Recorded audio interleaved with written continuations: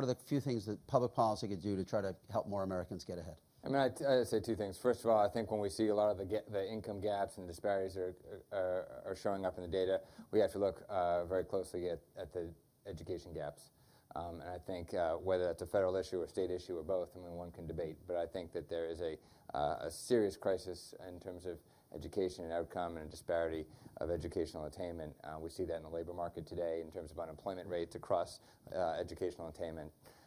And I think another one, and this is maybe I'm biased because this is a policy area I work in, is the tax code. And so the question in my mind, and going back to what you were asking earlier, is are we going to have a fight over the progressivity of the tax code, or are we going to have a fight over, quote unquote, reforming the tax code in a revenue neutral basis?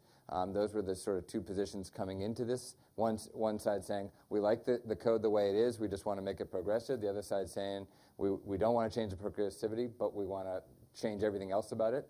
And is there a way to sort of blend those two issues and have a code that's both more efficient, more pro-growth? I don't think it's going to make the economy grow 10%, but I think it might make the economy grow a little bit. Neera, you get to do two or three things to help more Americans get ahead. What are they?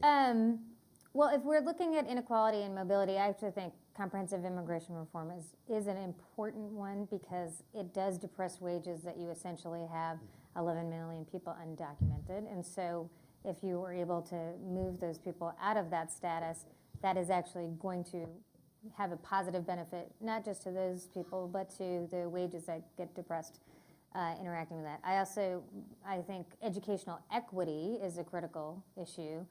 We do face a significant challenge with the fact that, I mean, in the short term, medium term, and long term, that there is so much inequity in education.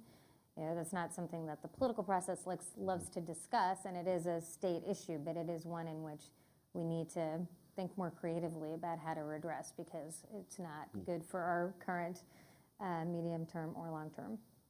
Jarrett. It's nice to go last on this one because I could think.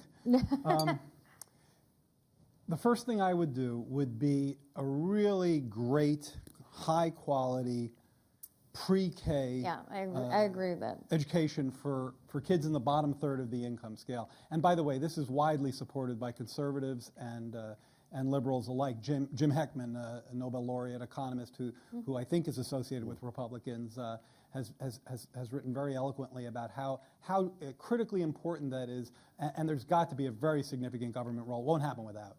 And secondly, this one is a little bit offbeat, but since you asked us to just brainstorm, full employment.